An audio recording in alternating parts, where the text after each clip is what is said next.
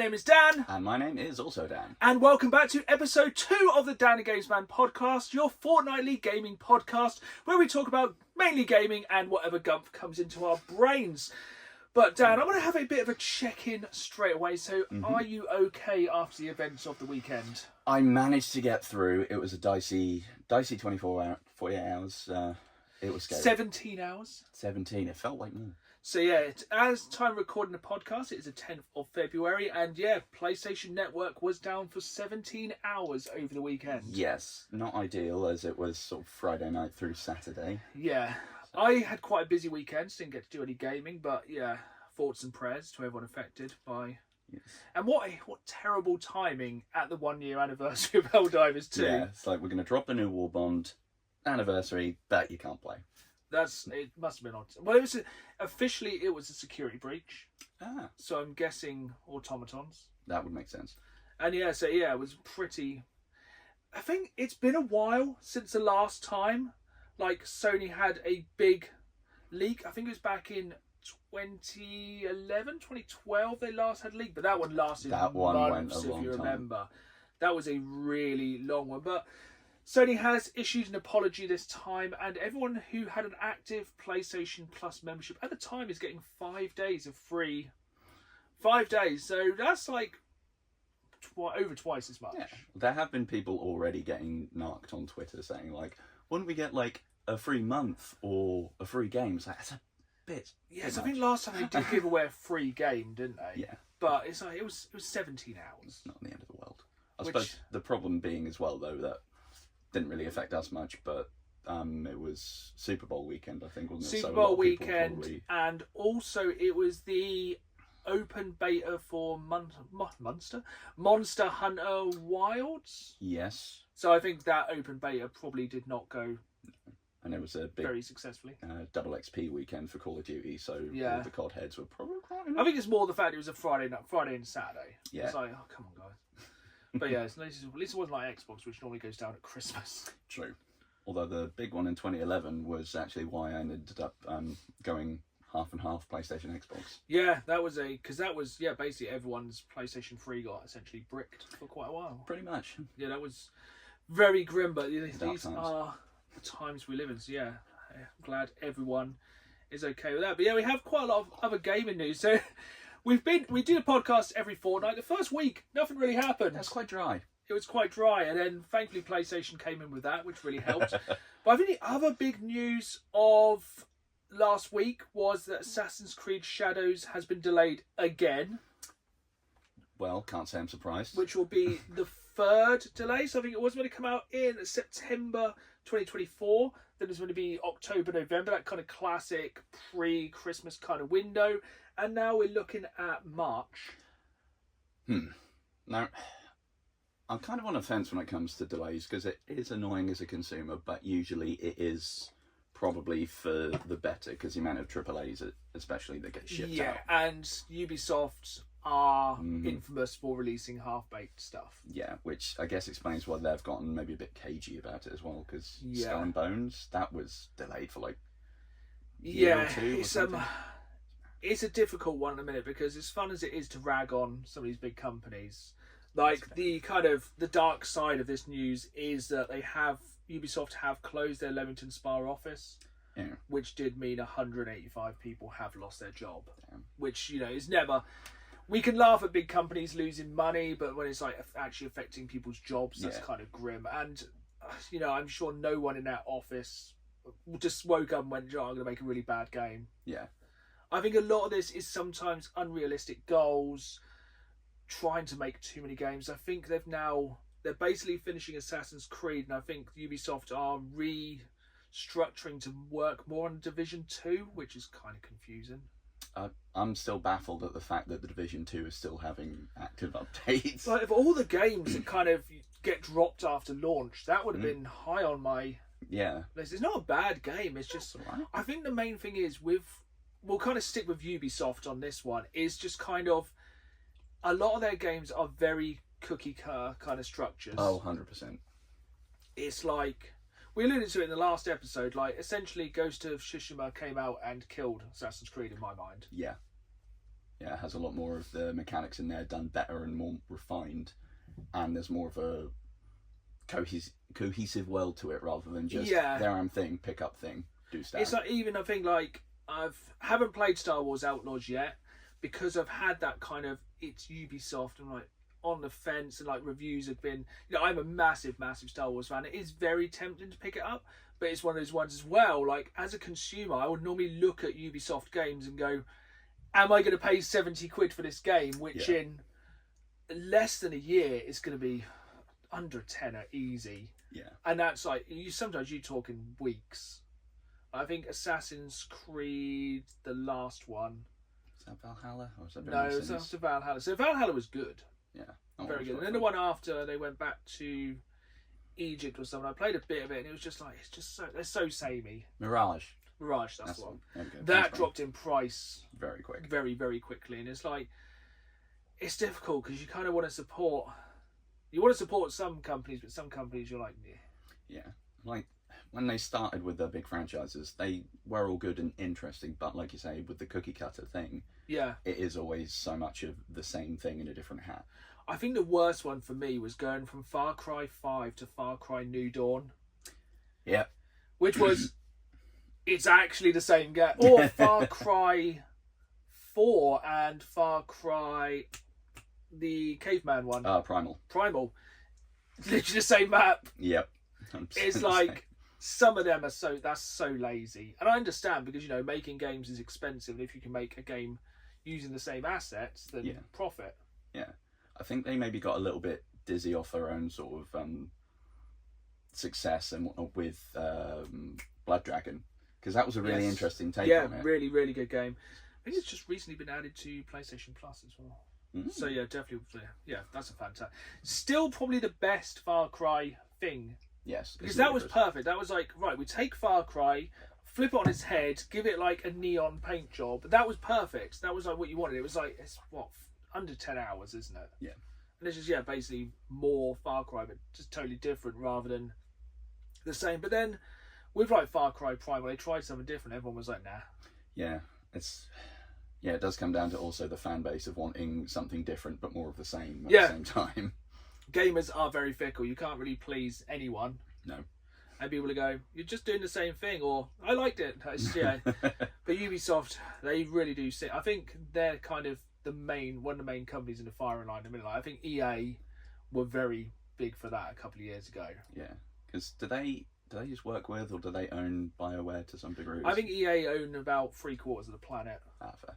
I think EA kind of did it before Xbox of just buying out like a lot of companies and like kind of, I imagine it like as kind of an inanimate blob that just kind of draws other things in and sucks the life out of them.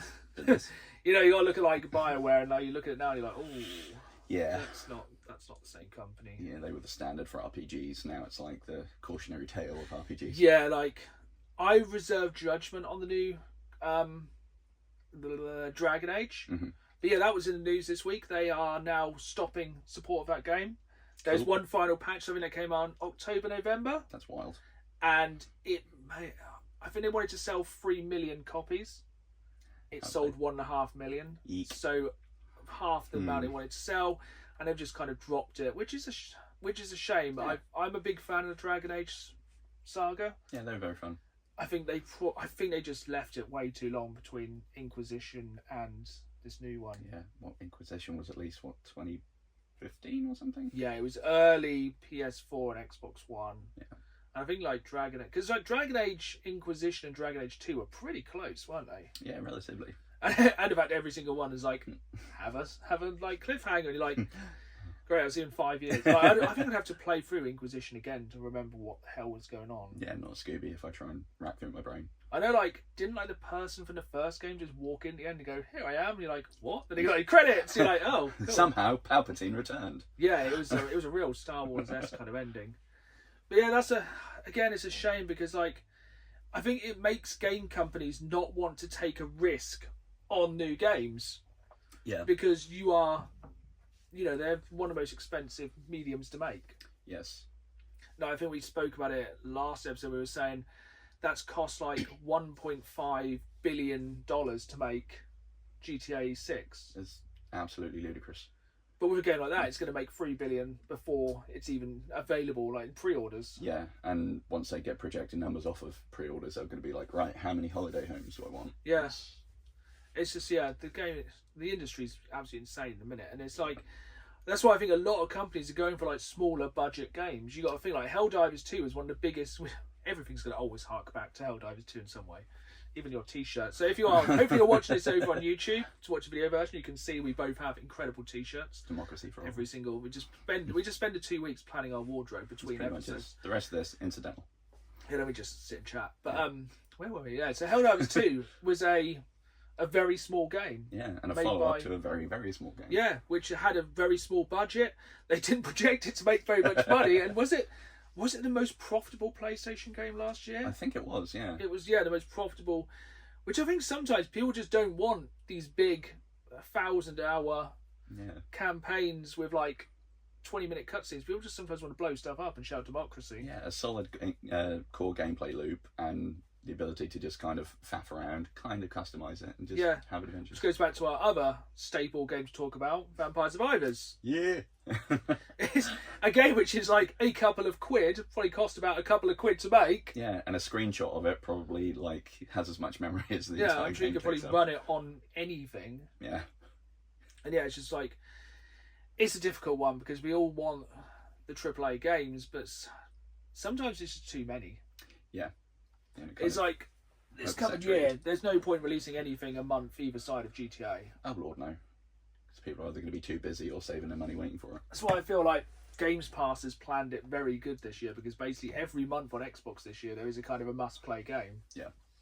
And then it kind of goes from there. But yes, sticking with Xbox, what are your thoughts on Xbox selling out per se, and have you now seen Forza Horizon 5 is coming to PlayStation? On a sort of subjective level, like I'm like, where? Because Forza's not really one of my particular favourites of things. No, I am a big Forza fan. Forza Horizon 4 was my favourite racing game of all time. That was my lockdown game. Solid.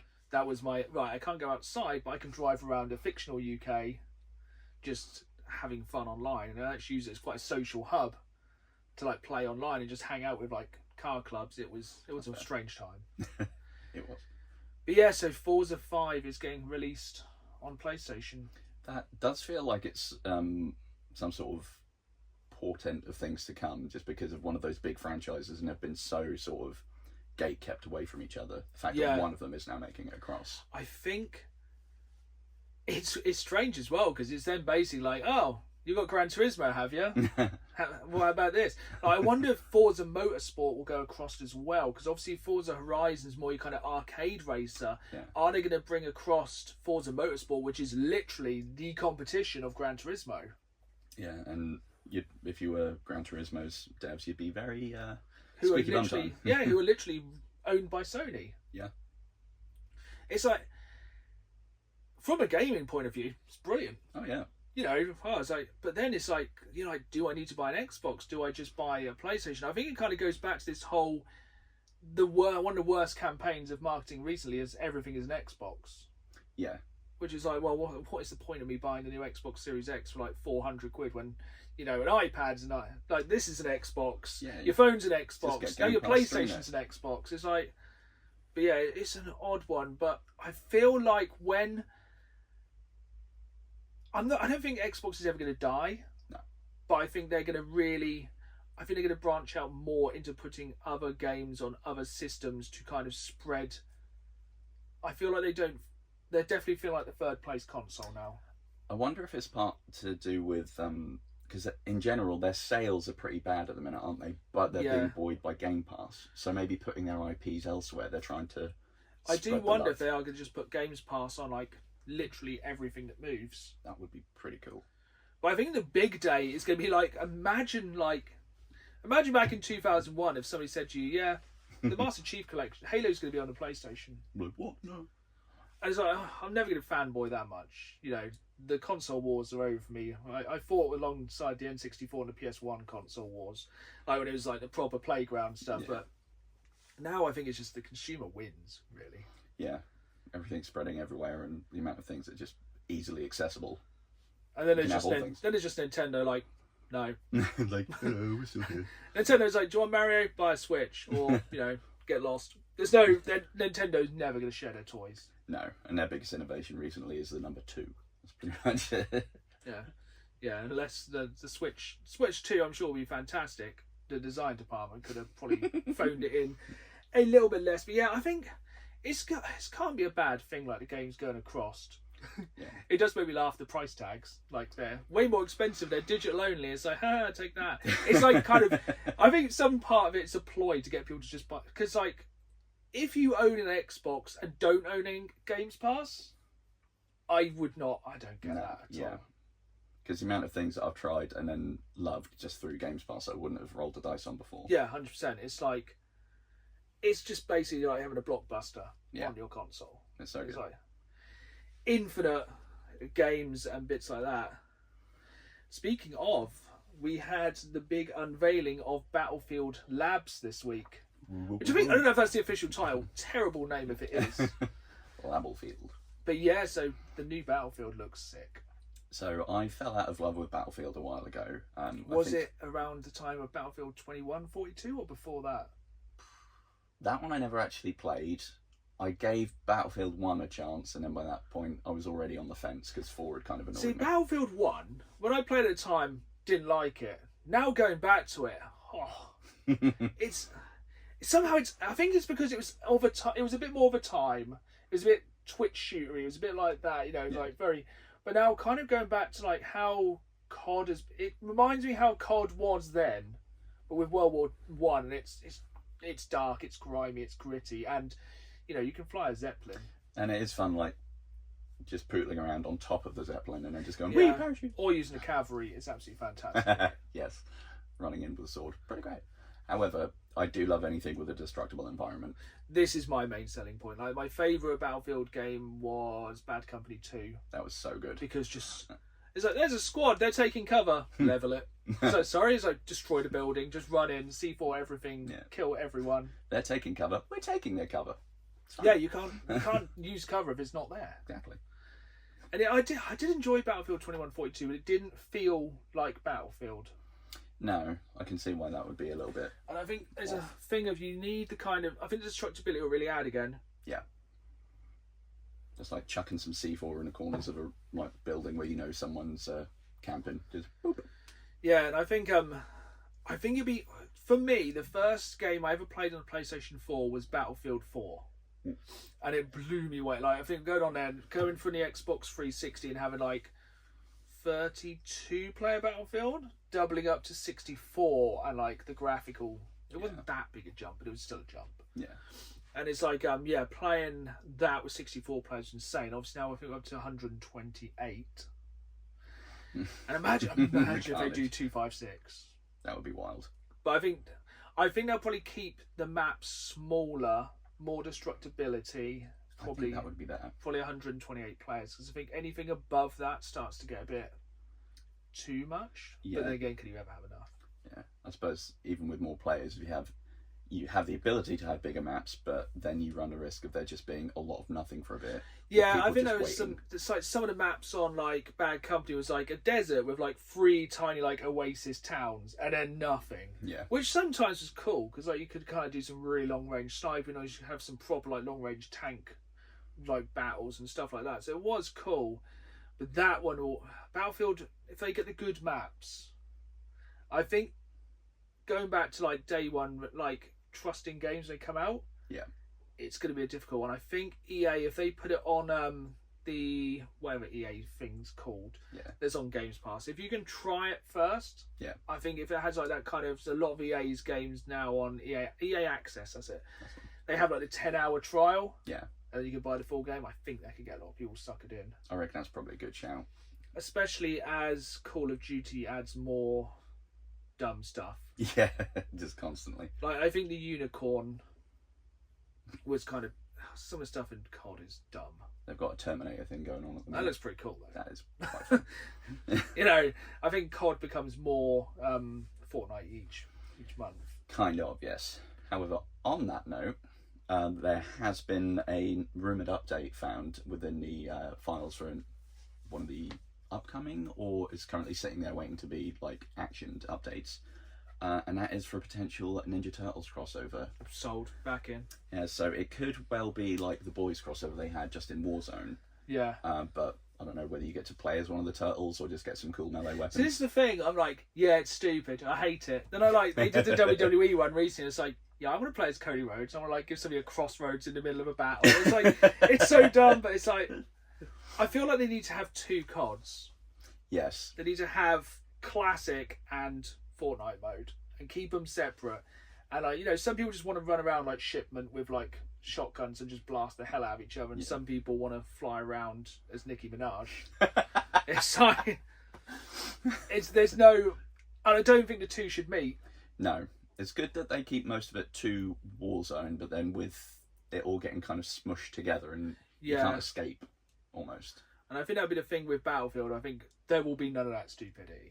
No, 100%. There will be maybe like, I don't know, a tiger print camo, and they'll go wild. Yeah, like, hey like that's or like pink camouflage or something. You know, that's probably where you're going to get like the top level. Yeah.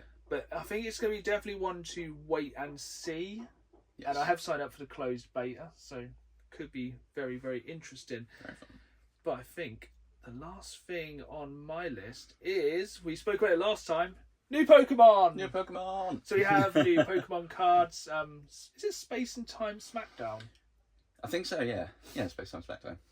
Yeah, and I'm learning a lot of Pokemon I never knew. Yeah, well, so what we have spoke about this, but you've really enjoyed one subgenre of Pokemon in this one. Enjoyed being not the word. Rotom, what on earth? I like the lawnmower one. Like, objectively, yes, the lawnmower one is funny. Subjectively, I can get behind maybe one thing of like this weird spirit possessing things, but when you're being attacked by a washing machine... I think there's definitely a period of Pokemon when they really phoned it in for like 100. Yeah. I think there's like one that's just a corgi. It's just a dog. Yeah. Klefki. Yeah. Just... Or there's like one that's like Houndor. Yeah. Which is just a dog. Houndoom. They're just things. And like when it's like washing machine, lawnmower, it's like, oh, come on. What are you fighting with today?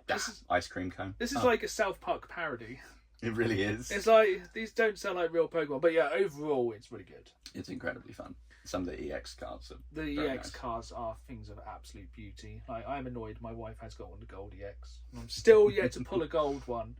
But the full art card ones where it kind of zooms in and it does all the transition they are really sick. Do you know how many cards you've got so far out of the new? Because is it 170? Something. Yeah, I think on the new lot I'm maybe 70, 80 in. I think. I'm 120. Nice. I've hammered the new ones quite hard. Like, I have not touched any other packs at all. I've occasionally been getting some of them just to try and finish my other missions, but have you tried trading yet? I have not. No, I have requested a trade with somebody, but I think it's been like 24 hours and they haven't replied yet. Wow. The whole trading thing is kind of rubbish. You have to basically destroy cards to get more cards. It's okay. It's just not. They've obviously made it slightly complicated where they could have made it slightly easier. So it is kind of annoying, but yeah. Why would it just be a trade? Yeah, it could just be something nice and simple. But it's like, you know, it'd be fun if we could just sit here and just trade like that. But I think that'd be very. I think it's definitely easier in person than it is with somebody you've never met. Yeah. Also, some of the usernames on there are quite funny. I've found a couple of odd ones, but nothing like raucous so far. No, I can't remember. I'll come back next week with the person I added who had a name. I was like, how is that in there? And I can't remember what it was. It probably isn't suitable for the podcast, but we got so distracted by the news this week. We haven't actually spoken about what we've played other than Pokemon. Have I been on anything new this week? I think I've mainly just been sticking to trying to grind through Indiana Jones and getting back on Helldivers for what I've been able to do with the new War Bond. I am very excited to get back onto Helldivers. Like, that new War Bond with that new grenade launcher is... It's crazy. So is it a secondary, the new grenade launcher? It is, yeah. You get about 3 or 4 shots with it. I was going to say, it cannot have many shots because it's the most powerful... Is it as powerful as a Hell Bomb? Not that far, but it's absurd though, isn't it? in my brain. I want to put it somewhere. If it goes Hellbomb, mini nuke from Fallout, this thing. Okay, that's pretty good because I've seen it like one shot a Bile Titan. Yes, and you have to. It's got such a terrible range on it, but you really have to be careful because you will just take your own knees out and be on. How far is it you have to actually fire it for it to not kill you? Oh, further than it has the range to. This new War Bond really doubles down on everything which is great about Helldivers. Of like most of the things in this new War Bond will kill you. Yes, the new armors, they will detonate 1.5 seconds after you Oh, die. are they the kind of they blow up as soon as you die? That's very like martyrdom from Call of Duty. I very much enjoy it. So if you're getting swarmed by bugs, brilliant. Yeah. Oh, you can get some horrifically annoying team kills for a change. The whole thing of Helldivers, and obviously the new backpack with the portable Hell Bomb. Yes, which other people can activate. I have seen other people can activate it, and I'm sure that makes absolute chaos as per usual. But I'll get court-martialed at all. Because of the actual point of it is to detonate it and drop it, yeah? Yes. But I think most people are just forgetting that and just running in and just detonating themselves. Yeah, from what I've seen so far, most people aren't even forgetting it. They're purposefully bonk, bye, and they're just straight out. But it is a portable Hell Bomb. This is a definite win for democracy. See, I haven't played it yet, so can it get caught in the crossfire and detonated?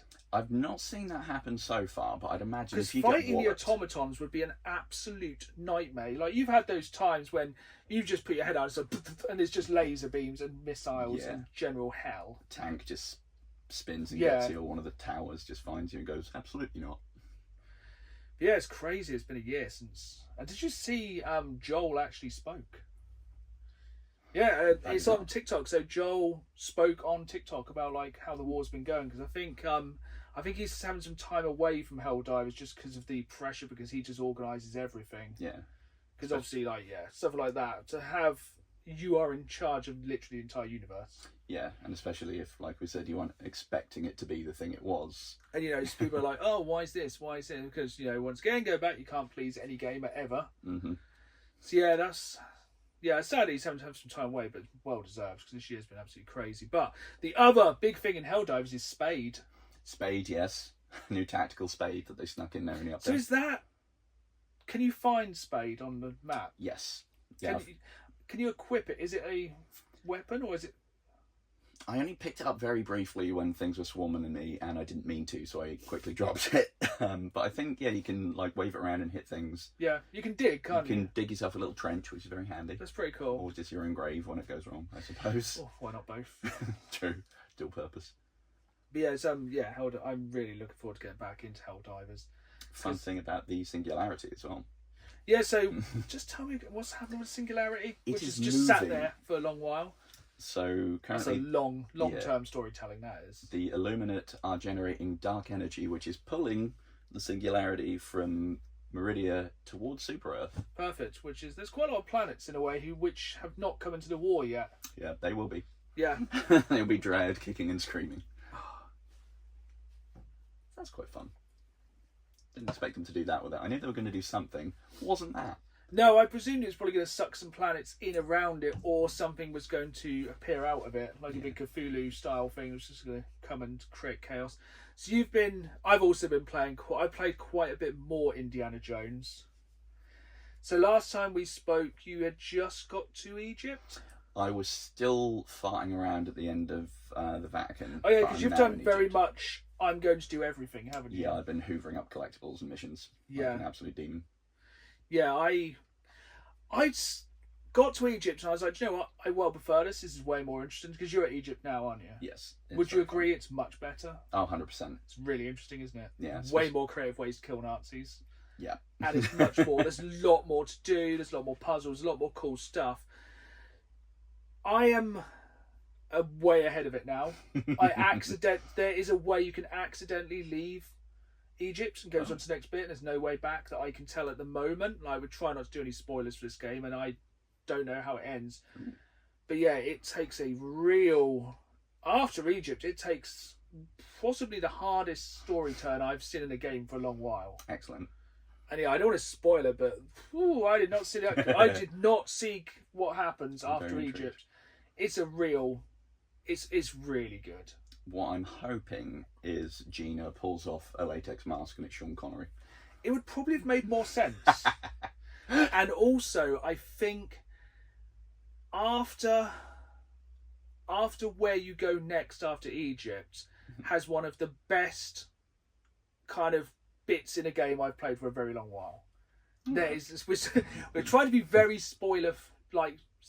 careful with spoilers here. There is one set piece after that. Actually, no, there's two set pieces. The next two places you go in quite quick succession. They are two very big, very, very cool, like, I would say Uncharted 4 level of set pieces. All right, then. Like, very, very cool. Nice.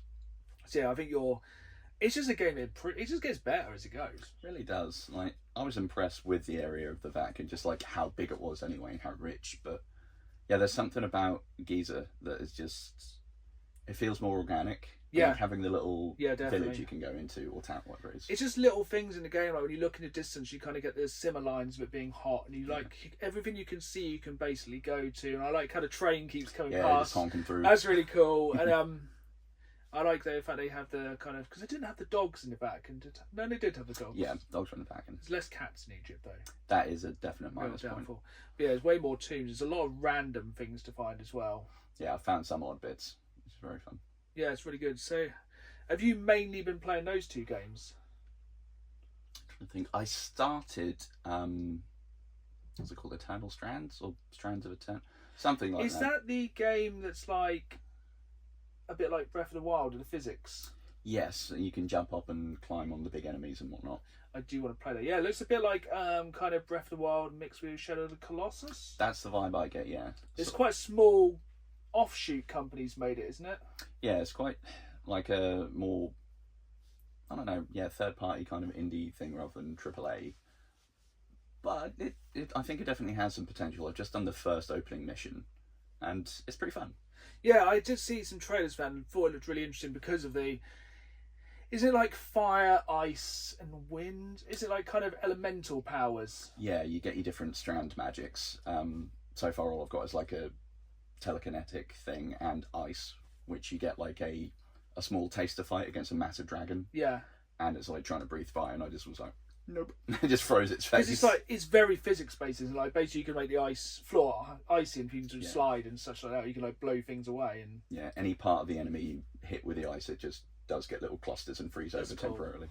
Which is very entertaining. Yeah, it's definitely on my list. I'm hoping to kind of get that between Indiana Jones and Avowed, which comes out just over a week away, which is probably my next big game. But I have started one shorter game in the meantime as well. I've had quite a busy week of not being able to game. So when I could get it in, I wanted a nice kind of bite-sized game, and I found the perfect game on Games Pass because obviously we enjoyed Space Marine 2 a lot. Oh yeah. Have you played Warhammer 40k Bolt Gun? I have, yes. It's fantastic. So good. basically, if you didn't know, it's essentially like old school Doom, kind of proper boomer shooter, but like in the 40k universe. Yep. And it has a button for saying Space Marine phrases. Literally, it's like, for the Emperor, purchase Xenos. You have a button specifically to do it. And it's just so over the top, isn't it? I love it. Just revving up the chainsaw and running in. Yeah, it's really good. And like all the levels are like 10, 15 minutes max. Yeah. And it just has loads of... It has enough Warhammer lore, but not too much. Like, you know, it has like a good kind of mix of chaos, kind of like servants of chaos, some of the lesser demons. I'm only a couple of hours into it at the minute. It's very entertaining. But yeah, it's very, very good. And the weapons feel so... Everything blows up. It's very meaty. Everything blows up into like chunks and spray. It's like, it's really, really is quite funny. It's brilliant. And having a Space Marine that zips around like they're on roller skates is quite entertaining. Yeah, it feels very slidey, doesn't it? Like there's no... Space Marine 2, you feel very weighty. This, you feel very weightless. Yeah. Especially when you're charging in with a chainsaw. It's like... But yeah, it's really, really good. It's on Games Pass as well. I think like the only way to get it physically is on Switch. And I do want to get it on Switch because I think it'd be perfectly made. Yes, actually, that would be very good. Just because of like being able to play it just the levels are really short. It's a perfect kind of jump in, play a few levels, jump out, go, that was fun. Yeah, it's another one with a really solid core gameplay loop, which doesn't need a big sprawling thing. Because There is obviously a narrative, but that style of Yeah, game, kill. yeah. The narrative Kill, is purge. get to this point, kill stuff. Rip and tear. Yeah, it's basically it's incredible. It's so Doom, isn't it? I love it. It's like absolutely. But yeah, it's been a light week for gaming this week, which is we all have those weeks. Can't play like 500 hours of gaming per week. But next up, we have a little bit of a new bit here on the podcast. So basically, my wife has dredged the depths of Reddit to find us a gaming story, and because we are kind of in Valentine's week, this podcast is all about kind of Valentine's Day and how gaming links to this. And my wife has sent me this story, which I haven't read yet. This is from 3 years ago, so Excellent. hopefully we'll get some kind of conclusions to the story. So if you've been living under a rock and don't know, people will go on Reddit and basically ask the internet's opinion on stuff. Glorious. Always and a good idea. The internet will answer, Oh, yeah. normally in jest. So this story is concluded, Oh, good. which means there has been comments, and we should get a follow-up. So I'm going to just have a sip of the coffee, and then we'll go to story time with Dan. So this is a Reddit entitled "My Girlfriend Broke My PS4 for a TikTok Trend." It's already going to be bad, isn't it? So the original title was "My Girlfriend." So this is from a male 28 and their girlfriend 26 broke my PS4 and doesn't understand why I'm so upset. I don't really know where to go from here. Also, this is from December 15th, my birthday, 2020. So he should have been in lockdown as well. Oh, oof. Yeah, so Hard let me oof. jump. So some background. During quarantine, I'd been playing my PS4 games a lot more. Obviously, I was able to finish up some stories and complete some big games in my free time the last few months. It was a great escape for me. My girlfriend, Liz, in inverted commas, so inverted commas, never got it fully, but understood I liked playing it and it made me happy. I told her I was really looking forward to the PS5, was hoping to get one soon. I missed out on a pre-order and initial shipping wave, so I got a bit sad for a while, but knew I could eventually get one when the craze settled down. Whether it was next year or the year after. Her friend Kat also knew this because her boyfriend was looking forward to the new Xbox. That was hard to get the PS5 then, wasn't it? It was. And got gold dust. This is what happened today. This is when things got bad. I was playing Final Fantasy Remake, finishing up some last achievements, when Liz came to the room with Kat. So a long game. Mm-hmm. We all know this is good. Not a pick up and play kind of thing. I said, "Hey babe, how was your day?" Ick, babe. Without warning, she pulled the what the actual.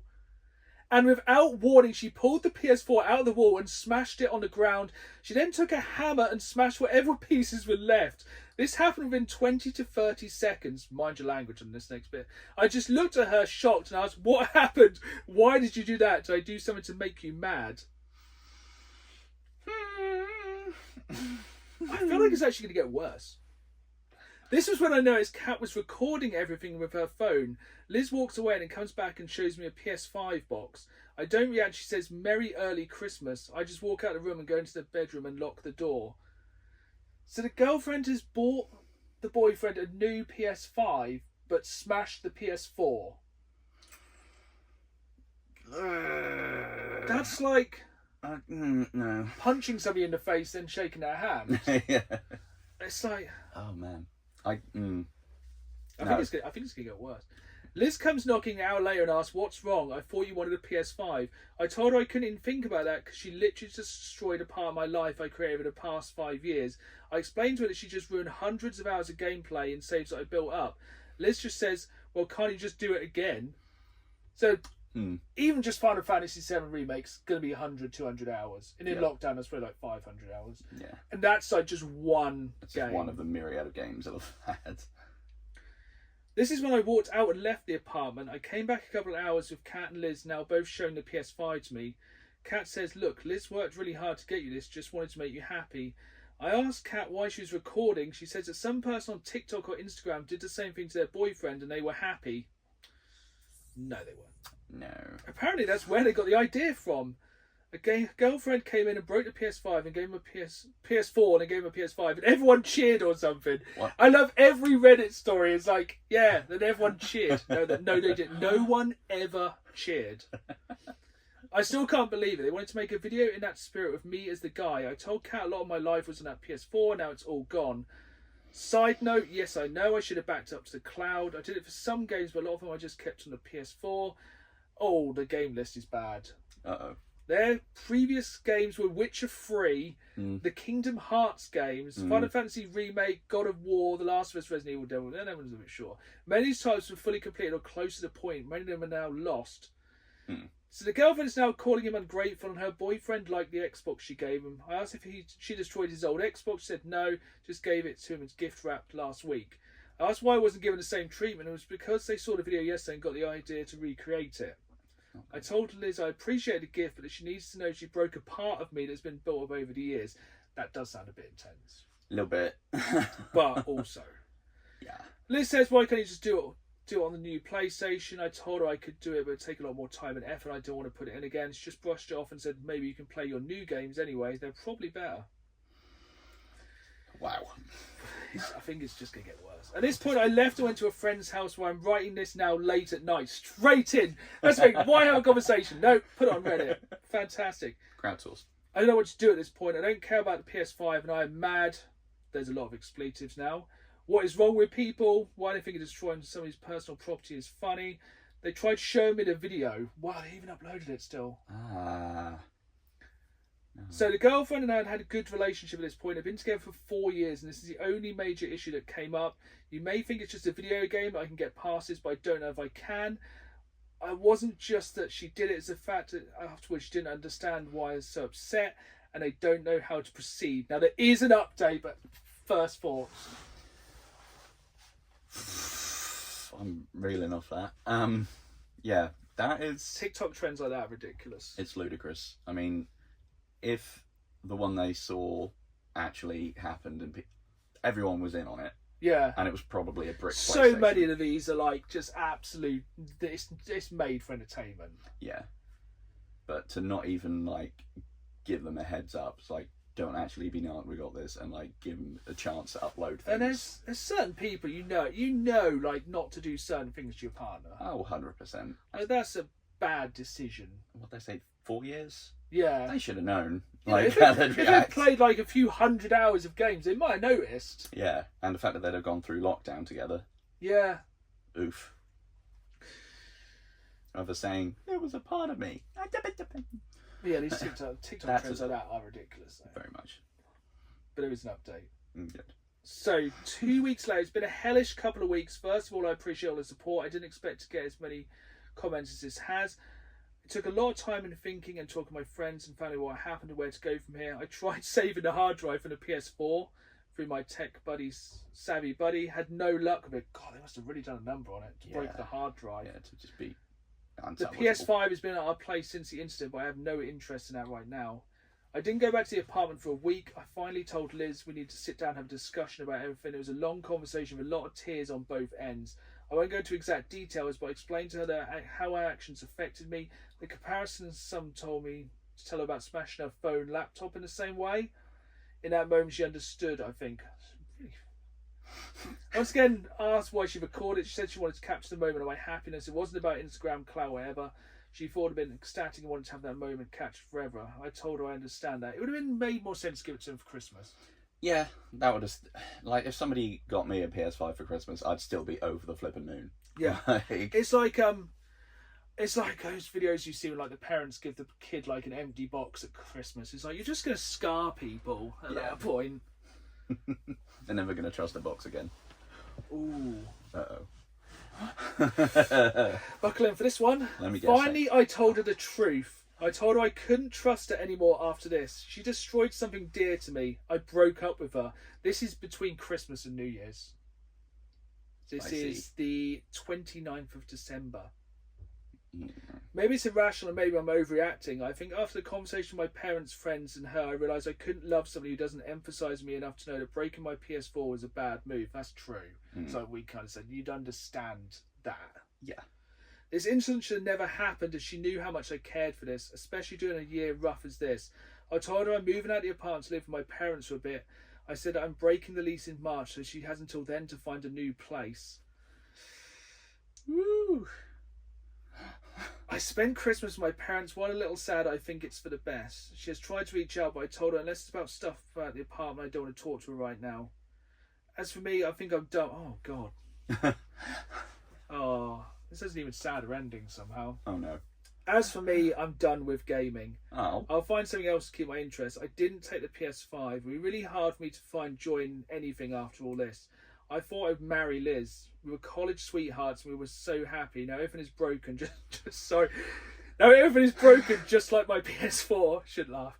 And I would not be reminded of that anymore. For now, I'm just going to be alone for a while and figure things out. I believe that everything will work out in the end as long as I keep myself honest and hardworking. Happy holidays. Oh, big oof. Significant oof.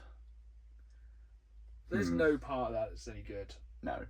That was That's one of the worst bits of judgment. That's... Oh, God. I mean, I wouldn't have reacted well, but that's quite... Yeah. One of the comments, TikTok destroying people's relationships one at a time. That's the real reason it should be banned. Yeah. I don't think there's like anyone in here who's like agreeing with what you did. No. That's completely unhinged. Yeah. Like there is not a single person going, oh yeah, that's fine. Oh yeah, I think it's the good. So I think the saddest part for me is they didn't just destroy his PS4, they destroyed his ability to enjoy gaming. Yeah. And that's a tough time, like during lockdown, because during lockdown that was where I retreated. Like, not by myself. Me and my wife both played a lot, but it was like that's where you could kind of go for that safe zone at that time. Yeah, it's peak escapism at a time when we needed escapism more than ever. No comment. Not relevant to original post, but I'm so glad Xbox has cloud saves as a default. Kind of missing the point there. That's a proper gamer. That is. It's like, well, yeah, but I could just get my. I'm surprised he didn't. I'm surprised he didn't take the PS5. But that's some real sticking to your guns. Yeah, that's BDE. That is. Yeah, that is just sticking by your principles, being like, yeah. Oof. Yeah, like. Yeah, that's. Well, thank you to my wife for that lovely story, and hopefully not like forewarning. No, my wife understands definitely that. Like that's. I'd like to hope you'd not have anyone in your life who would do that kind of thing, because that's terrible. Yeah. I hope somebody breaks their phone. Actually, no, you shouldn't have. It's like if someone had really bad body dysmorphia and would go, I've cut off your arms, but don't worry, I've got you some bionics. It's still pretty bad. Yeah. Would like a bionic arm though. But let's lighten the mood a little bit. So we are going to talk about some of the greatest love stories in video games, which we did a bit of research going into this podcast, and I was shocked how few video games actually kind of go into love. Yeah, it's not a well-tapped sort of thing in the medium, is it?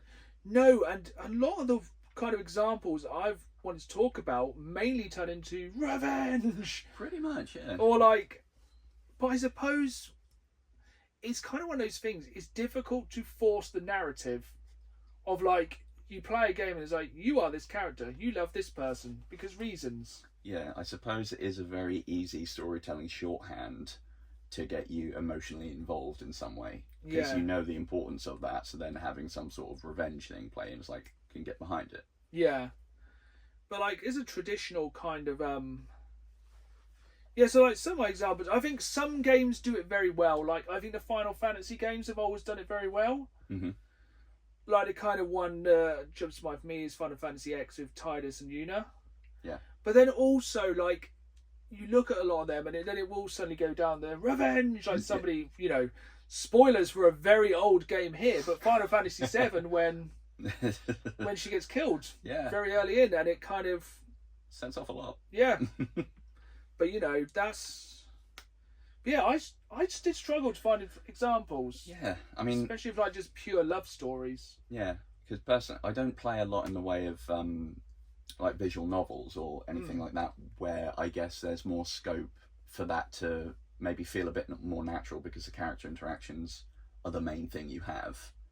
The majority of the games I'll play will be action driven, so it's gonna have it as just a side plot basically, or it's very difficult to get a nuanced romance in when you're covered in gore and bits and got several different matching armor pieces going on.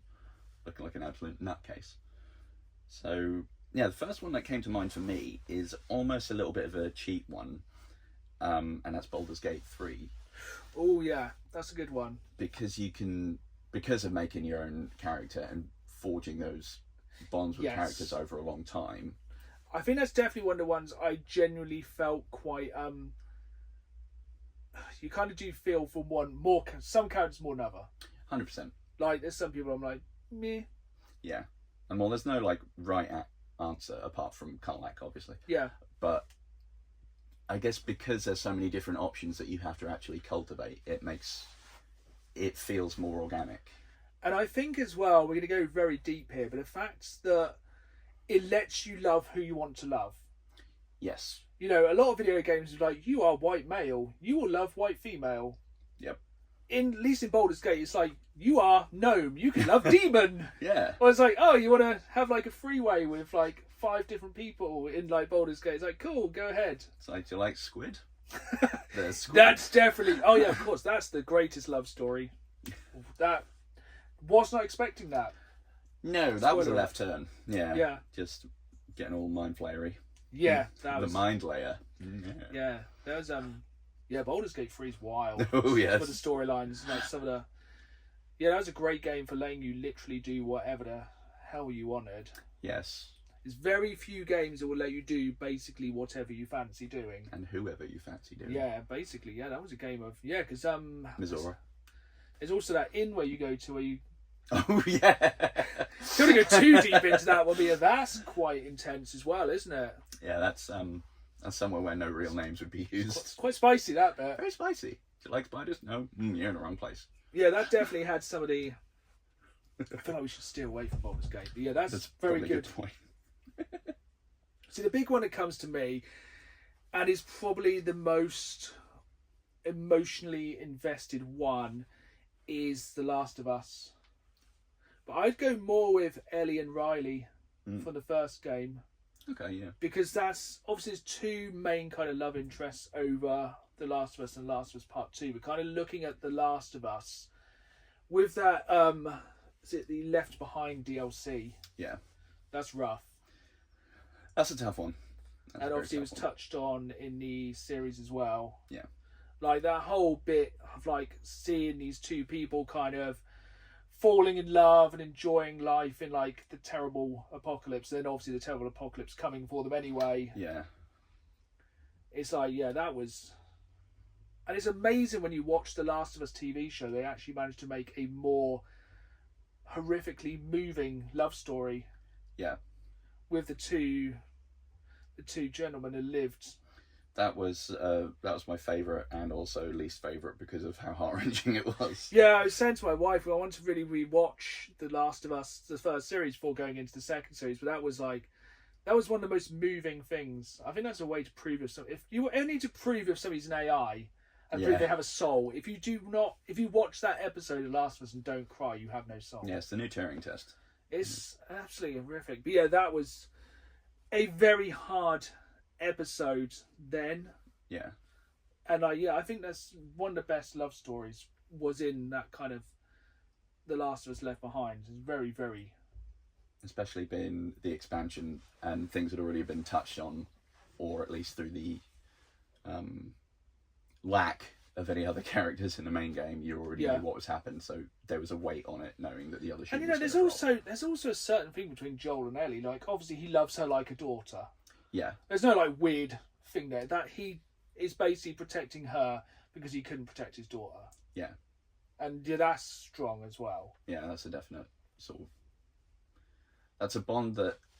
It's a paternal bond. Yeah, there's no like choice in that one as such. It's one of the ones that is just shunted along by the narrative. Yeah. But it does feel more sort of grown over it rather than some stories where it's just like, here it is. Yeah. Accept this random plot point now. Like I think sometimes I'm torn on this next one because stick with this. Mm-hmm. God of War is kind of a love story. But it goes hard on the revenge angle. So you got to think the entire reason, because obviously at the start, the very first God of War game, Kratos accidentally kills his family because Bit of an oops. he is given like blood rage. The heir is put in him so he can become the god of war and destroy. He gets CTE. And yeah, he accidentally kills his family, as you do. Yeah. And then obviously that turns into a big love-fueled revenge. Yeah. But then, like, by the time you get to God of War 2016, he has had another wife and a son. Yeah. But I suppose that is hundreds of years, I guess we're saying. But then also revenge. Yeah, more revenge. So yeah, it's a very good kind of... I do think it's a very... That's definitely a case of it's a love story for the sake of revenge. Yeah, very much. But it is then central to Kratos' character. And yeah. Yeah. At least he doesn't overreact. Yeah. He's very subdued in his just measures. Genocides an entire religion. Yeah. Two. Yeah. Two. Yeah, So, why so keep it to far, one pantheon? So far. That's a good But point. yeah, a lot of what happened in God of War 2016 probably could have been avoided. Yeah. Although I suppose also, like, from what I remember, there were a lot of moments where you could see him trying to let his guard down and be more of a parent as well. Yeah. So there's that story as well. Yeah, That again, bond. very paternal. Yeah. So Yeah, that was a bit. That was a bit more of a kind of reach. But Yeah. what else you got on your list? So I don't know about this one. Like, I could kind of feel out the shape of it in my brain, but I don't know if I can quite word it properly. And that's from GTA 4. Okay. 'Cause obviously at the end of it, spoilers, you get the I sort love of, how the spoilers goes for games that are like well over a decade old. you never know. No, fair. Could be a Kimmy Schmidt situation going on somewhere. Yeah.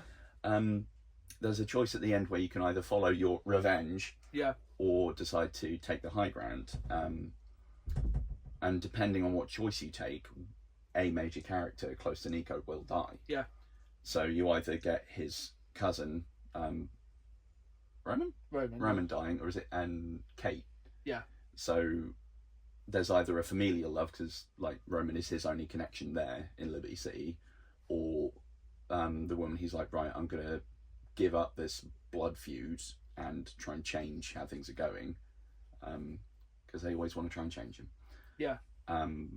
So there's a strong love either way. So it's one of these ones where it's damned if you do, damned if you don't. Definitely, yeah. It's difficult when they also kind of write in there's no way out. Yeah. And in a game like that, you're gonna want to go revenge. Yeah, because I think that's the thing.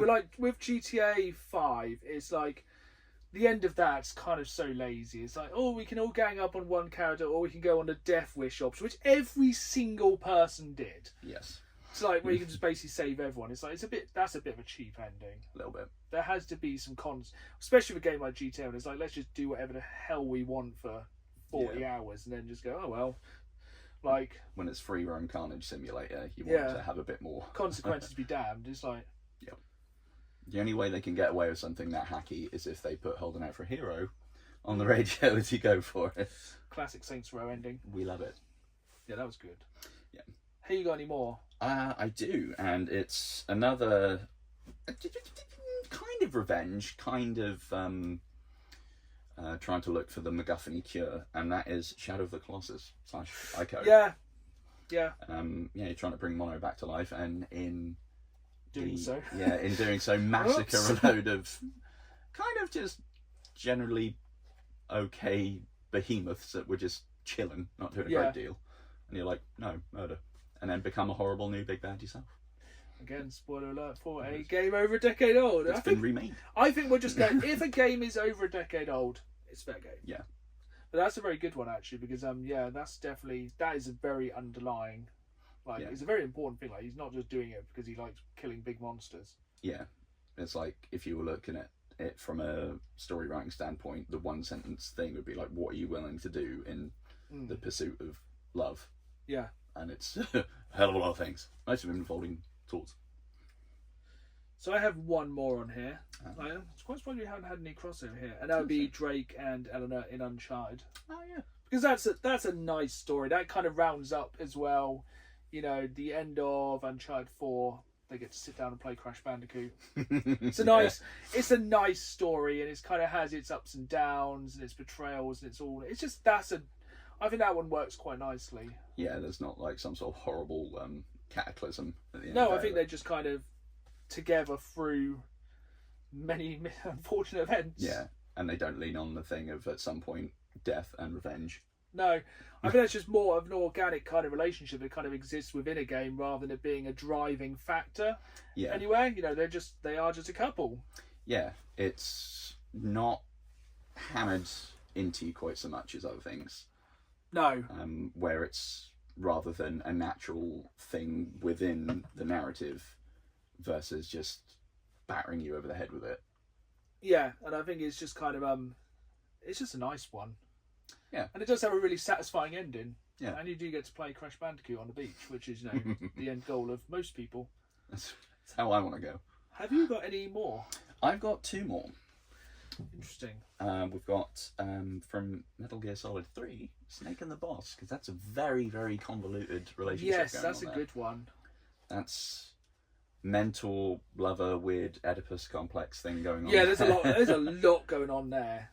Yeah, so I think every relationship in Metal Gear is ridiculously contrived in some way, shape, or form. all twisty-turny to some degree. Yes. And with both of them, you've got the weird, multifaceted love for each other, as well as their love for their country, which drives both their actions. The boss being used as a scapegoat and having to go against their country for the sake of everyone else, and then kind of getting binned off and not getting any credit for it because they have to be a double agent. And then almost naked fight in a wood. So yeah, as they all go. It's definitely a very complicated one, that one. Yes, I'm still on the fence of whether I want to play Delta. Is that the remake of 3? Yeah, it looks hella good. It looks incredible. But I don't know whether they're going to have done any extra stuff to it. And in the intervening years, Kojima's gone absolutely off his nut. So yeah. I don't know what would happen to it. Yeah, it's a difficult one. But I think just need more new... Do we need more new Metal Gear, though? I think there's probably one in the works, isn't there? I don't know. Yeah, I know Kojima just likes making... Konami like making pachinko machines. That's it, yeah. Oh, no, I suppose he is mainly making Death Stranding to the beach at the moment. Oh, yeah. Because, why go off the deep end when you can just... Start at the top and look up. Yeah, Death Stranding is insanity. It's unhinged. What is your final video game love story? That would be from Red Dead Redemption 2. And you might think I'm going to say Arthur and Mary, but I'm going to say Arthur and his horse. Yes! Not in a weird way. Yeah, there's a real connection to your horse in Red Dead. I really felt that connection in Red Dead 1 as well, because I got the pre-order bonus of Warhorse. Nice, same. And I really loved Warhorse. Yeah, I found myself getting much more attached to them than any of the characters. It's because you spend the entire game with Horse, really. Yeah. Well, dude, girl, you'll be alright. That's very good. And yeah, a lot of the people have flaws, but the horse does not. No, horse is always there. Yeah. Horse is good. There's definitely some cheap ones we could have gone here. Some of them are just so stupid. As does Mario love Luigi? Probably. Does Mario love Peach, or is he just after her cake? I think a lot of 8 and 16-bit games are rescue this person because you love them. Yeah, pretty much. That's a good point. Yeah, a lot of them were that, weren't they? Yeah, it's just yeah. I think the Mario universe definitely has a lot of love triangles. Yeah, I like that. It's become so parodied that it's even swept into something pretty unrelated as Vampire Survivors bring it back. Yeah. And every time you find a new character in a coffin, it's like, sorry, such and such, the vampire is in another coffin. Yeah. Yeah, I think it's one of those things that, it just is so parodied by now. But yeah, so many games use it as a cheap kind of offshoot. But I don't think there's ever been a game that really personifies what it is. But if you're watching this over on YouTube, please comment down below any game you think has nailed a love story. There's probably some that are really obvious that we're missing. Yeah, it's just But we are gonna, before we go to the questions from the public at the end, we're gonna talk about gaming on Valentine's Day, because it is a perfect day for gaming. Mm-hmm. Because you'll be spending time with your partner, and what better way to spend that time than by gaming? And I have worked out 5 of my favourite co-op games. I'll let you go first this time, and I reckon there might be some crossover. I reckon there's probably a few. So the first one that sprung to mind for me was Gang Beasts. That's an interesting one. Yeah, because my wife more likes to watch me play games for the narrative perspective and to just see what's going on. But isn't, let's say, a digital native when it comes to gaming. So the controls on something like Gang Beasts, so simple. You just need like trigger buttons and one stick. It's quite good for people who maybe their partners aren't big gamers. Like my wife games quite a lot. But yeah, it's definitely good to have some kind of more accessible. It's very accessible and it's very silly and it's incredibly funny. Also, I can imagine I could lead some very good arguments. Yes. Thankfully, I managed to avoid them. Yeah, because I could see that could probably end quite badly. Yeah, I just remember playing it with my wife and her brother, and she was just using her character to run around and like just hug his character, and he was getting so annoyed. It was quite funny. It's a great game for annoying people. I want to hug. I hope this is going to just be a list of games to annoy people. Gonna have to get rid of some. Well, my next one is incredible. This game cannot be played not co-op. There's no option to play this game single player, and that's a way out. Oh, solid.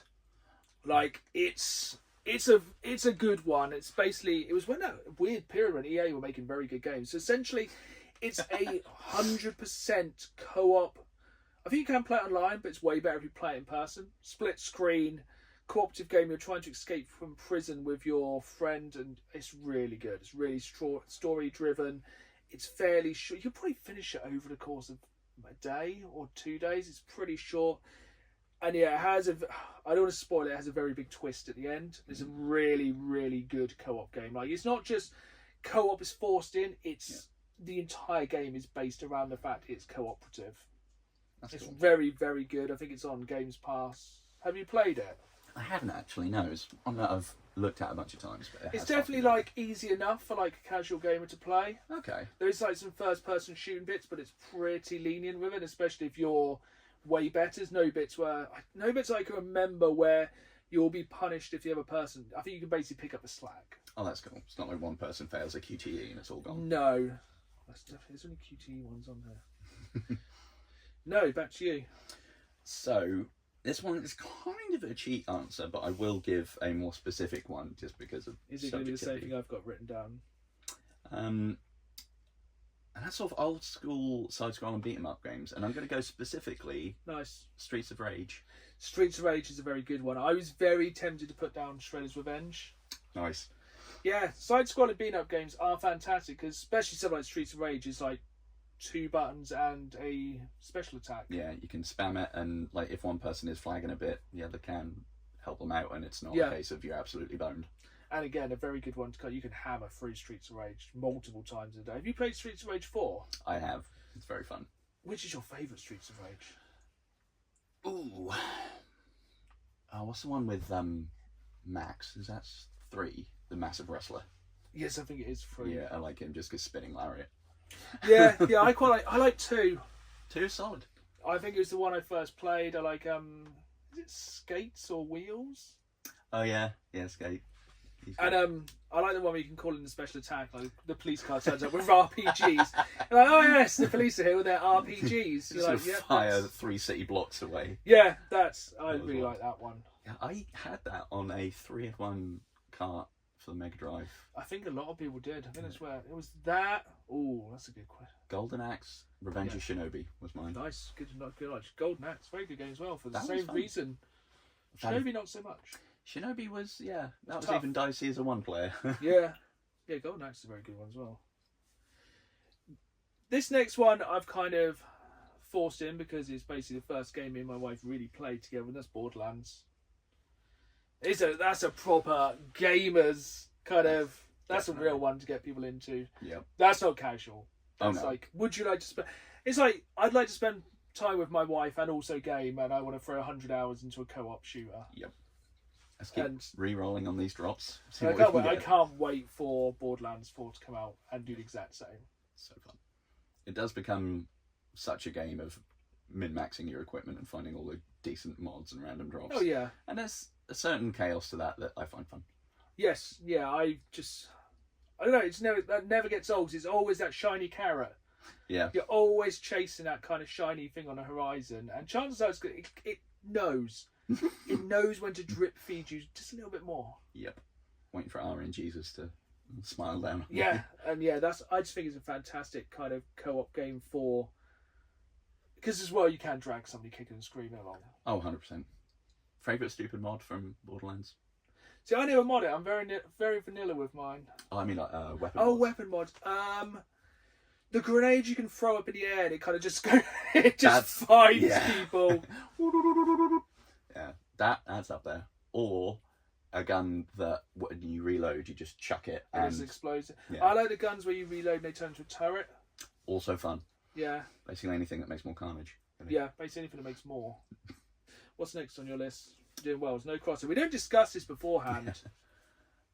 So another sort of sneaky one, and that's The Room. I do not know about The Room. It's on Quest VR and iOS and probably a lot of other things. It's a very, very pretty sort of point and click escape room puzzle game, but it's very tactile, so it's never just like fixed backgrounds where you just poke a thing and then I think I may have played it on mobile actually. I love it. It's so good, and there's like 3 or 4 of them. So is it essentially like a virtual escape room? Yes, and lots of Cool. puzzle boxes, but a lot of the things feel very fluid in it, so you do have to sort of rotate and play with items. Yeah, and that must be really good in VR actually. it's very fun. The first one has been fully rebuilt in it. As does, I think, one of the Da Vinci games, which is very similar. Nice. And they're incredibly fun. And being a point and click thing, if your partner's not into gaming, it's very easy Yeah, I to suppose just... it's because with the Quest, can you pop it on the TV as well? So then your partner can kind of sit there and give you directions. Yeah, you can. That's run a quite cool. screencast. It's very entertaining. That's a really good one. And then I'm going to put a really cheap one: Lego games. Yep. Again, perfectly accessible for everyone. Again, actually, I think a Valentine's Day many moons ago, me and my wife literally 100%ed the Jurassic World Lego game on Valentine's Day. We'd obviously played a lot more up to that point, but that was the day we 100%ed it. I was like, yeah, just keep her. Nice. Spent Valentine's Day 100%ing a Lego game. I was like, yeah, that's good. They are. And there's just so many to pick from, isn't there? Yeah, they really are. And I think a good thing about those, similar to, bear with, Gang Beast, and to an extent Baldur's Gate, is you don't have to do anything like camera manipulate you. No. So if people get befuddled with two sticks... Cameras can really confuse people Yeah. as a non-gamer, because you kind of don't understand to move and do the camera. For us, it's like second nature, but yeah, I suppose more casual people, it can really throw them off. I've saved my really 2 weird ones for the end. So... Not really a lot else to say about Lego. It's a Lego game. We've all played one. They're all good. They're all fun. Is it something you like? Play the Lego version. Yeah. There'll be a bajillion and one characters to unlock in little minifigs. Always fun. Next one I've got is the Dark Pictures Anthology. I very nearly went for this because, again, it's a very good one. And this is a great one to play with friends as well. Oh, yeah. Yeah, they're very good. I think they're the best of the kind of choose your own adventure games. Yes. For like couch watching. And also if you're like with your partner, they might hide. You get to get close to people while playing. True. Or, if we're playing, it's like, oh, hold me. Just hide in the collar of your shirt. Oh no. Which is your favourite one so far? I'm going to have to go Devil in Me, just because I love a true crime story. Me and my wife have just started it. I think we've finished chapter 1. Or part 1. Because they're about 10, 12 hours, aren't they? Yeah, they're hefty. That one is grim in places. Oh, yeah. I think the only one I didn't enjoy was Men of Medan. Yeah, I heard that one wasn't the best. That one I've not played. No, it had I don't know if it's just because I got a stupid ending. And it annoyed me because it's the cheapest ending in anything where it's all just a dream. You're like, no throw the controller down, turn the console off, storm out the room. That's the cheapest thing in anything. It was all a dream. It's like, oh, get in the bin. Yeah, that is the laziest writing ever. But yeah, they are very good games. Very entertaining. They're all on PlayStation Plus collection as well, aren't they? I believe they are, yeah. Yeah, and I think so. That's the Devil in Me is the final one of season 1 as well. Yeah, I don't know what's coming in the next load, but hopefully more grim stuff. I know the next one is Aliens. Ooh, fun. Which would be quite interesting. I like that. I think that could be really good. Hope there'll be like an event where you have to avoid probing. So we're going to go from Aliens to Gooses. Have you played Untitled? No, is it? Yeah, Untitled Goose Game. I haven't played it, but I've Well, it's fun in single player because you play a goose who hates the world, and if you play in co-op with your partner or / friend or anyone you want to play with, there's 2 geese. Double goose. Geese. Gooses. Geese. Goose eye. The goose. The town's having a nice time. It's a horrible goose. Profit. Yeah. I think actually I annoyed my wife more by just playing it, and so I went, it's just a button to honk, and it's just all I did for like half an hour was just chase this little ginger kid and honk at him. As you should. Yeah, it's just one of those funny games because again, it's a kind of soft puzzle game. It's fairly simple. It's fairly unoffensive, and let's just get a geese. And it's a really fun game. And anything with a dedicated honk button. It's like 3 or 4 hours long. It's pretty dumb. That's what you want. It's pretty good. And peace was never an option. No. Oh, it'd be a great t-shirt. It's great t-shirt content as well. I think I have a badge of that. Yeah, it's a very good game. Very short. Perfect kind of one sit, one hit. Yeah, it's a great little game. Have you got one more? I had one more, but I'm changing it out now for one that came to me. And this one is dicey because it would be a good one, but you have to make sure your communication's on point or you're in trouble. And that is keep talking and nobody explodes. Brilliant. So by the time this drops, I would have just released a few days before my top 10 co-op game video on YouTube for Valentine's Day, and that was one of my games as well. Solid. It's a very fun game, isn't it? It's excellent. I think it's more fun if you print out the booklet. Oh yeah, definitely. Like you can do it digitally, but it's way more fun having the actual booklet. That causes chaos. Yeah, because it's just reams of paper everywhere. Yeah, and it's really fun game.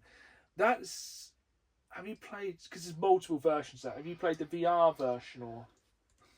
I haven't. I've thought about getting it. I played it on PC. Yeah. But I have been toying with the idea of getting the VR. Yeah, the VR is going to be very, very good. I've played. I think I played a Switch version randomly, which makes it more fun because then somebody can be there with a Switch and no one else can see anything. Because one of those games, if you have it on the TV and everyone can see it, it's rubbish. Yeah. But with a Switch, it was quite good because that person could sit there and no one could see the screen. They kind of shout. It's a very shouty game. It's a great one. I feel like there's a theme of arguments with your list. I'll blame it on familial trauma. It's fine. What was the one we missed then? What could we have won? Again, I'm going back to Baldur's Gate. That's true. It's a good one for narrative. Again, if one player is less familiar, you can kind of pull them through. Yeah. And trying to coordinate with 2 people can be a bit of a faff. So when you've got turn-based combat, there's a lot more forgivingness there. So it's also, you might fall in love again. Yes. And Baldur's Gate. We'll just go over that next bit. And I have left the most far-fetched one, but I will find any opportunity to talk about my love of Resident Evil 6. I like Resident Evil 6. Okay. For me, it is everything that is good about the Resident Evil series. It is the campiest, stupidest, nonsensical, cliched zombie apocalypse one they've done, I think. Yes. It's so stupid. It's daft, but yeah, it's enjoyable. And it's like, I think Resident Evil is at its peak when it goes full dumb. Oh, yeah. So, zombie T-Rex, fantastic. The fact is like Wesker's son-in-law. I don't even. The storyline's so stupid. The presence involved. China's getting in. Every part of it's ridiculous. And I think it's one of those funny games to play in co-op. Resident Evil 5 and 6 are way better in co-op than they are single player. 100%, yeah. Because the AI is dumb as a box of rocks. Oh, the amount of time Sheva just got caught on a fence. But like, come on. And Sheva's going, I'm coming. You're like, no, you're not. You're running against a box. Yeah. While somebody comes behind you with a giant axe about to murder you. Or them just going down, you're like, ugh. Help. It's a way more fun game in co-op than it is anything else. I remember playing through a bunch of first missions on there in co-op, and it was chaotic but in a fun way. And I know a lot of people hate that game, and yeah, I think it's one that gets way too much hate. Oh yeah, there are worse ones. Is there? In Resident Evil terms, depends how loose we're going. Yeah, We'll have to come back to Resident Evil. We could do a whole episode, and we sure will, on Resident Evil in the future. Probably around Valentine. This is Valentine. Probably around Halloween. That'd be good. We'll have a proper deep dive into horror. But we are coming into the last section of the podcast, and we've got some questions for the public. So as ever, head to my YouTube channel, youtube.com/StandardGamesMan. I put up community posts periodically asking for questions you always wanted to know, and now you get the opportunity to ask them. So this one is from Wicked Duffer 72. This is a question: what game would you design if you had the opportunity to develop your own? Oh. I think for myself, when I was very young, playing like kind of 8 and 16-bit games, I always dreamed of like games kind of where you could build your own stuff, like games where you can make your own, not even your own game, like kind of Minecraft, but more kind of realistic, something like kind of Minecraft SimCity-esque, maybe kind of like 7 Days to Die kind of thing. Cool. Where you could kind of build your own. I think something like that, where it's kind of probably some very 7 Days to Die. Yeah. I always I always wanted to build like kind of a free roaming building game. It's very hard to describe. It's kind of been done a little bit. But ones where you can really sink time into just refining your settlement or your town. Yeah, kind of like a kind of arc thing, but maybe like. Quite fun. Yeah, I can't really. It's a hard one. Yeah, I do always find. I mean, to use your example of 7 Days, I get way more caught up in building like strongholds than I do anything else. Yes, yeah, 100%. The zombies are just a slight afterthought. Yeah, I think just the kind of game which gives you the freedom to do what you want. But I can't really think what the setting I'd like it to be. So maybe like some kind of medieval thing or something, but with zombies and dinosaurs. Ooh. Just like a world of survival, some kind of survival. How about yourself? In my incredibly loose answer. Mine's kind of gonna be based off of some vaporware. And that's because at one point we very, very, very nearly got a fully licensed, fully voice acted by the original cast Stargate SG-1 game. Ooh, that would be good. And thinking about it now with your 4-man teams on Helldivers and whatnot like that, like just throw in a Stargate mechanic. Yeah, because you could literally like just drop into a random planet, like go through Stargate. That'd be cool. And like take the sort of procedural generation stuff of like No Man's Sky, and then you can just find random coordinates, plug it in a DHD. Yeah. Floop. I think the technology now, where you have that kind of random generation of things, is absolutely insane. The fact that they had to make a probe in their game to go out to test, like that's absolutely crazy. I mean, we're both just looking for that freedom in games. Pretty much. One where I don't have to go into a 9 to 5. That's a very difficult question, that one. So I hope that kind of gave you a rough answer.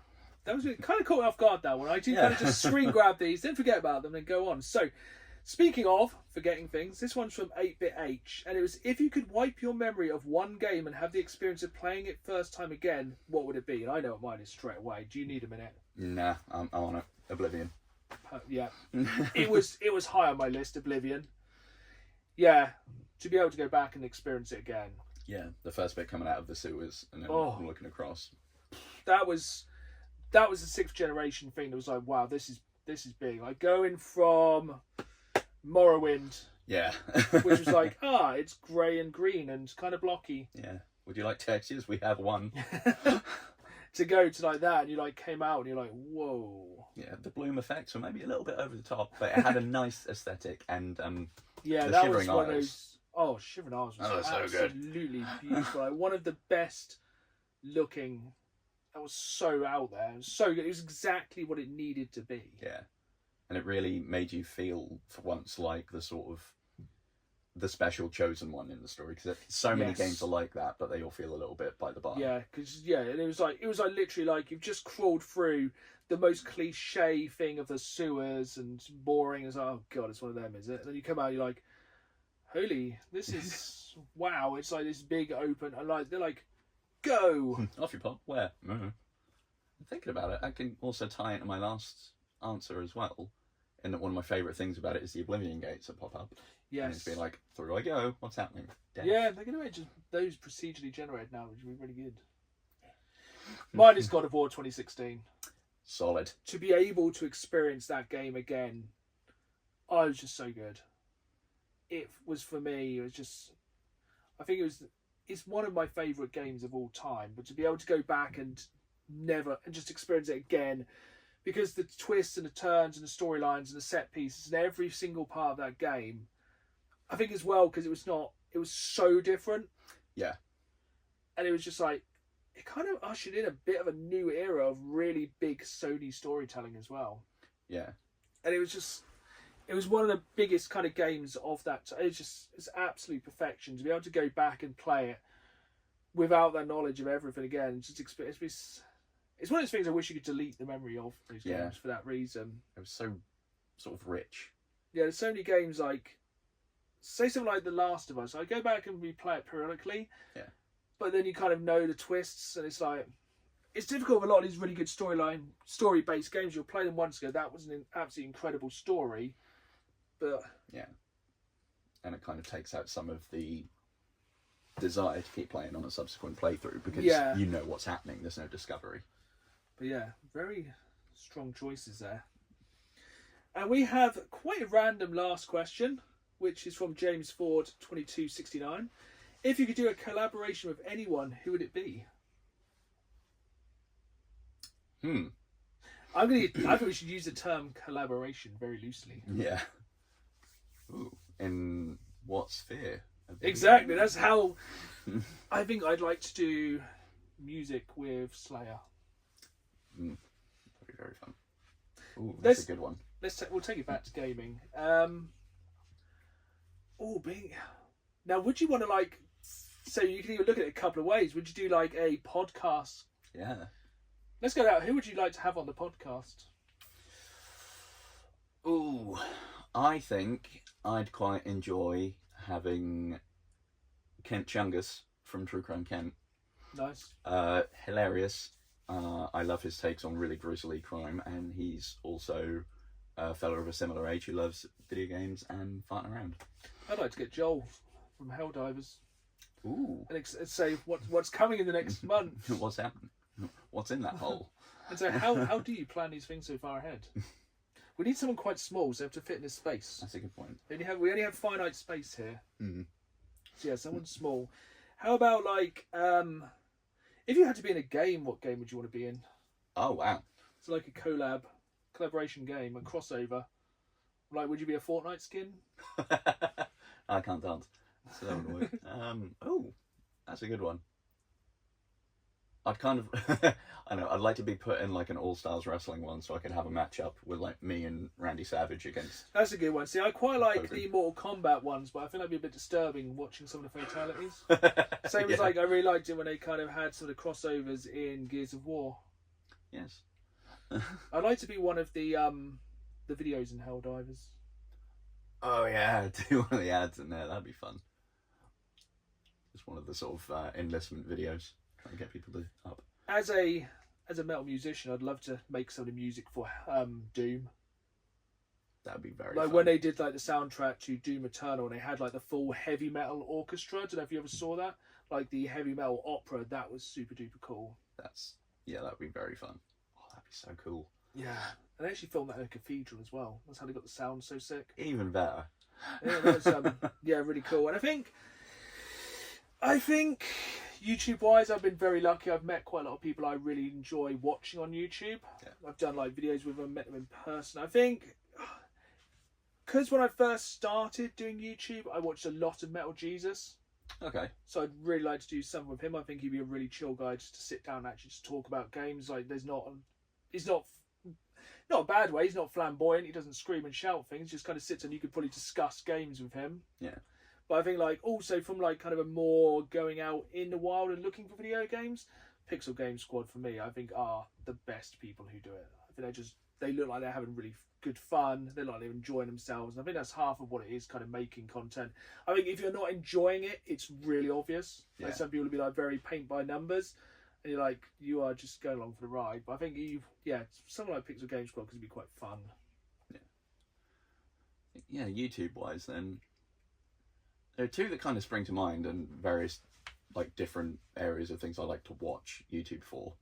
And one of them, probably have not heard of, is really strange channel, Salmonella Learning Academy. I've not heard of that, no. He does these really, really, really simple animations in GIMP and just breaks down strange stories from history in a very funny way. Nice. I think he's probably a fellow Spectrum person, and he makes it very entertaining.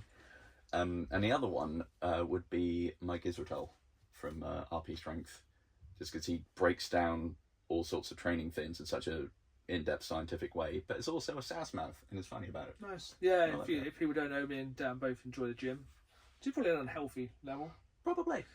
I digress. I think we're just about there for the week. I think so. So we'll do a little PSA before we end. Obviously, we've spoke a lot about Valentine's Day today. It can be a very hard time of year for people, and video games can be a very good way to escape that. 100%, yes. Like, obviously, hopefully, whatever you do on Valentine's Day, have a great day. Enjoy your games. If you're not spending time with partners, spend time with friends. Especially, I think, friends who aren't in relationships, or people should be there for each other on those times. It is a hard time of year. There's so many different hard times a year, and video games are an amazing way to escape things. But obviously, you can't run away from your problems forever. No. But you can sometimes delay it a little bit. But who's to say it's always got to be romantic love? It's got love with friends, family. If not, just play a little Mortal Kombat. Oh, good. Rip out some hearts, then you got one. Exactly. But right, I think we'll end it there. So, yeah, if you want to see me more on YouTube, head to youtube.com/DanAGamesman. New videos every Saturday live at 5, as well as bonus content throughout the week. Hopefully you're subscribed there, because you'll also be seeing the video version of this podcast here. If not, you can find the podcast everywhere podcasts are available. And hopefully you'll see me and Dan. We'll finally get back on Twitch. Twitch.tv/DanAGamesman Twitch very soon for some Helldives, because seriously... bombs. Yes, it's going to get very messy. Hopefully we can get back on our rolling Monday hell dive. As you know, today is Monday, and I'm not home till about midnight, which is a bit late for that. But I think we'll wrap up there for another 2 weeks. Solid. Get back on some gaming. So I've been Dan. I've also been Dan. And we'll see you next time for the next Dan the Gamesman podcast. Keep playing the game. See you all soon.